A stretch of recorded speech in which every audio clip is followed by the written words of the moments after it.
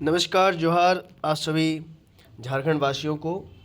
ये Jharkhand math zone का official WhatsApp channel है, जिसके माध्यम से आप सभी झारखंड वासियों को पल पल की अपडेट्स मिलते रहती है।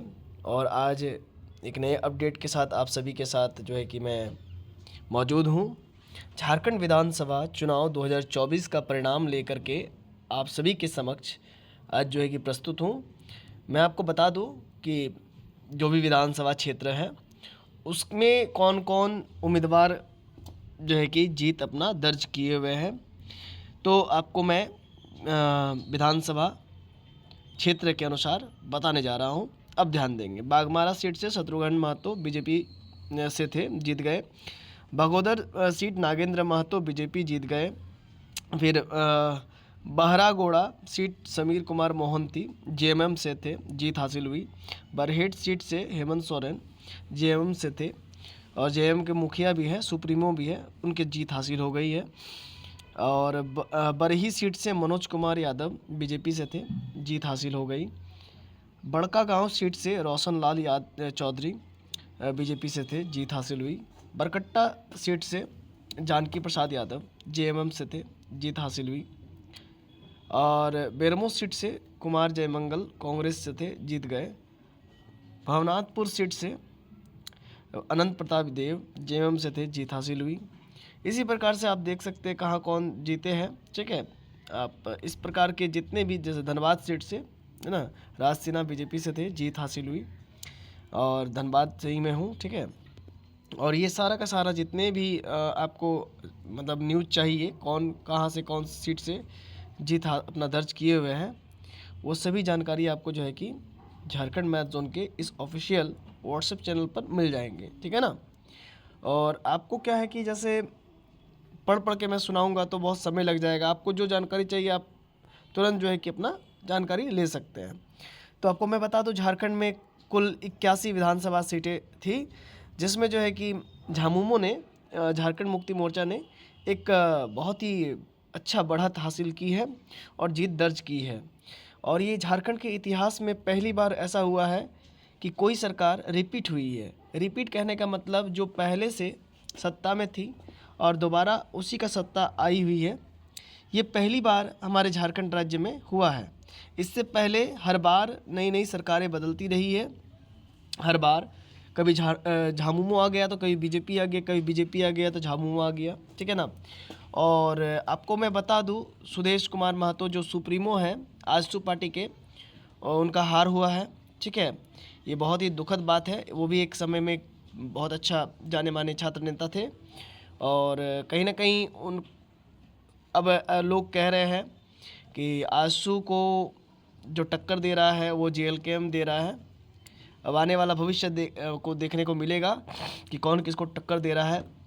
फिलहाल वर्तमान की राजनीति में, झारखंड की राजनीति में जेएलकेएम अपना दबदबा धीरे धीरे बना रहा है और एक सीट भी लेकर के आया है डुमरी विधानसभा सीट से, है ना।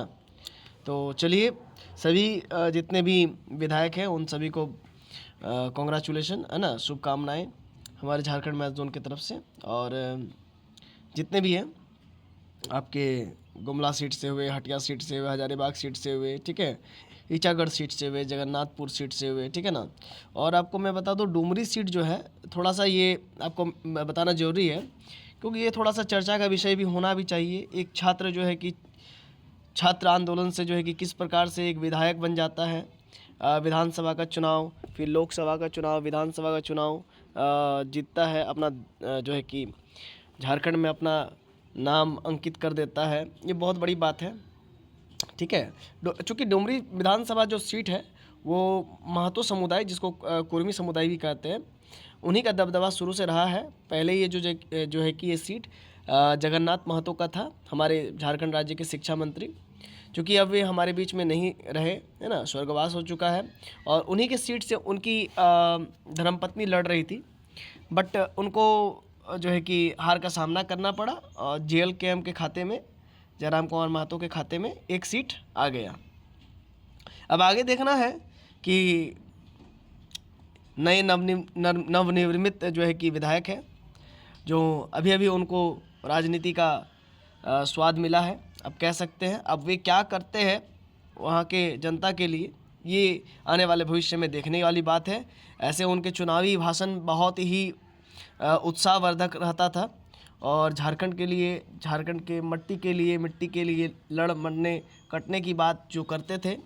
अब ये देखना है कि वे किस प्रकार से करेंगे और झारखंड में वे अपना योगदान, जो डुमरी विधानसभा सीट है वहाँ पर किस प्रकार का कायाकल्प पलट करते हैं, वो देखने वाली बात है।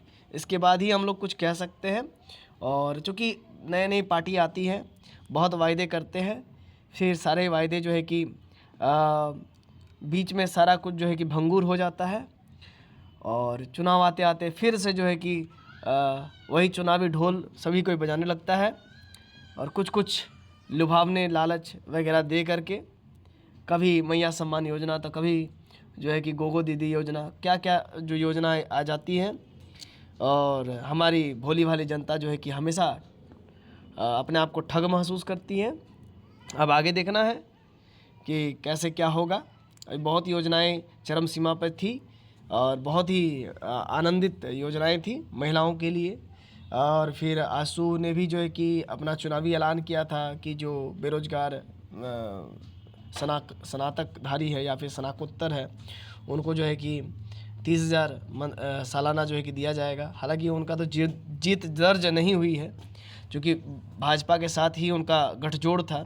तो जो भाजपा का आप कह सकते हैं प्रोपेगेंडा था, वो उनका भी होना चाहिए, है ना, क्योंकि जब दोनों ही गठजोड़ किए हुए तो जो आजसू कहेगा वही बीजेपी को भी कहना पड़ेगा, जो बीजेपी कहेगा उससे आजसू को भी मानना पड़ेगा। तो कुल मिला करके अब देखना है कि बीजेपी जहाँ जहाँ से जीत दर्ज की है किस प्रकार से इस चीज़ को मनोनीत करती है कि जो स्नातकोत्तर है या स्नातकोत्तरधारी है, स्नातकधारी या स्नातकोत्तर है, पोस्ट ग्रेजुएट या ग्रेजुएट है, उनको किस प्रकार से 30,000 का सौगात मिलती है, वो भी एक बहुत बड़ा देखने वाली बात होगी। हम भी यहीं पर रहेंगे, आप भी धनबाद झारखंड या फिर झारखंड के कोई भी 24 ज़िले से होंगे और ये अब देखना होगा कि किस प्रकार से वे अपने बातों को सदन में विधानसभा में रखते हैं और किस प्रकार से पारित होता है और हमारे लिए और हम सभी के लिए किस प्रकार से हमारी जो नई सरकार है वो मदद करती है।